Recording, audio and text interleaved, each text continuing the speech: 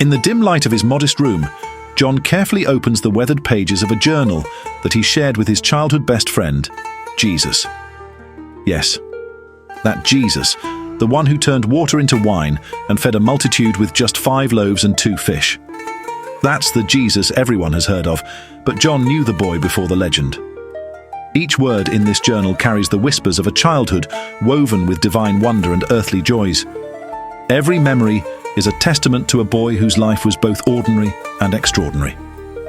This tale is woven from the tattered pages of John's journal in his own words. In the heart of Nazareth, where the houses cling to the hills like nesting sparrows, there lived a boy named Jesus.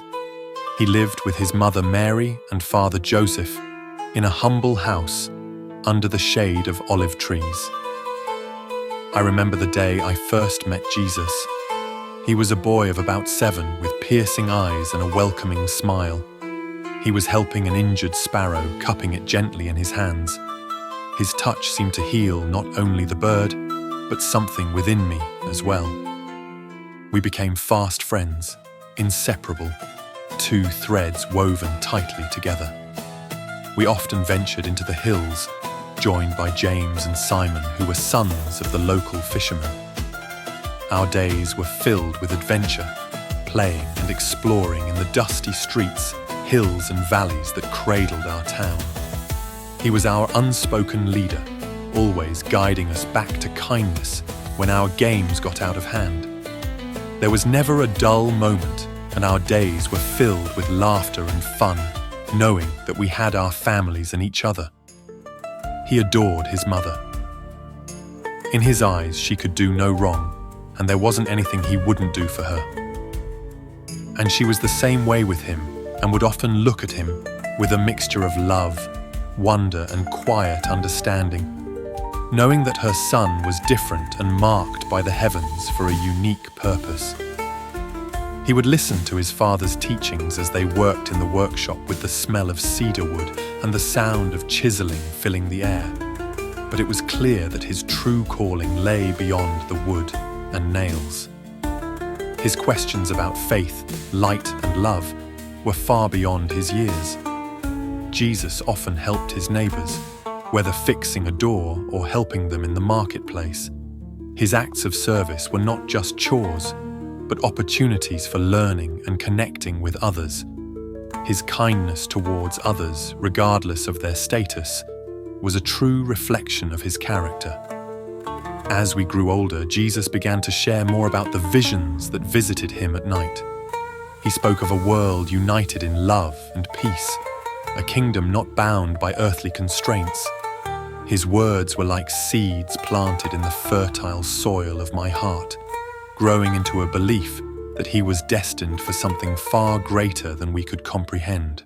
Jesus left Nazareth, and though we would meet again, it was never as the carefree boys who roamed the hills of our youth.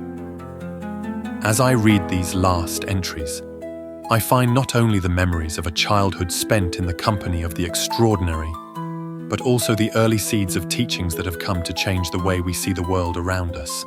I will leave you with this one enduring thought. Greater love has no man than this, that he lay down his life for his friends. With love, I am John the Storyteller.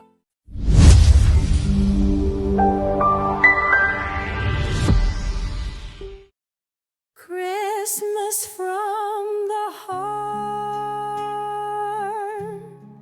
How can this feeling be real?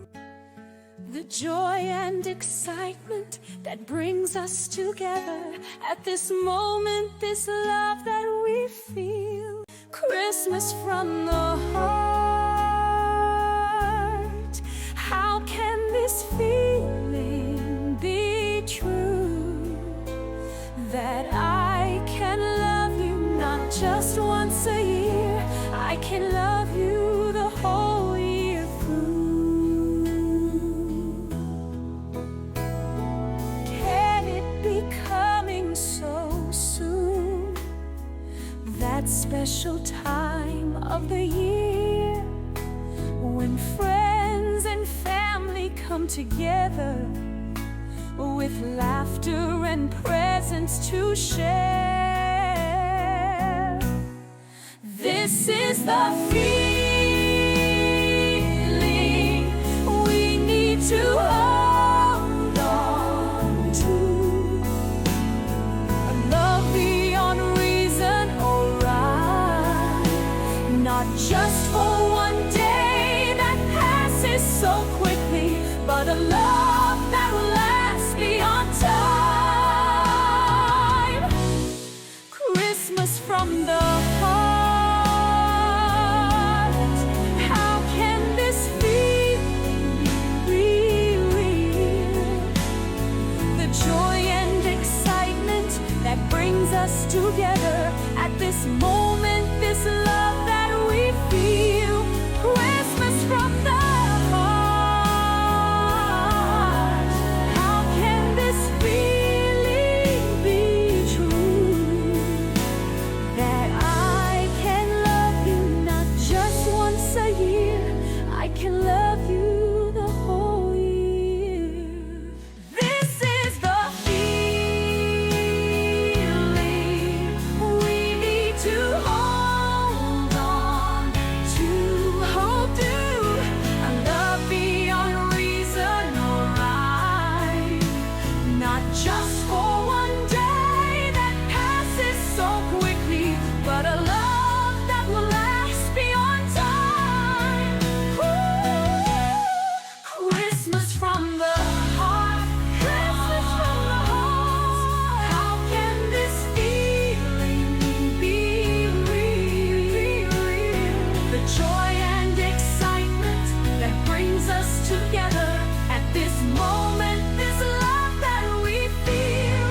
Christmas from the heart. Christmas from the heart. How can this feeling be true? That I can love you not just once a year, I can love you the whole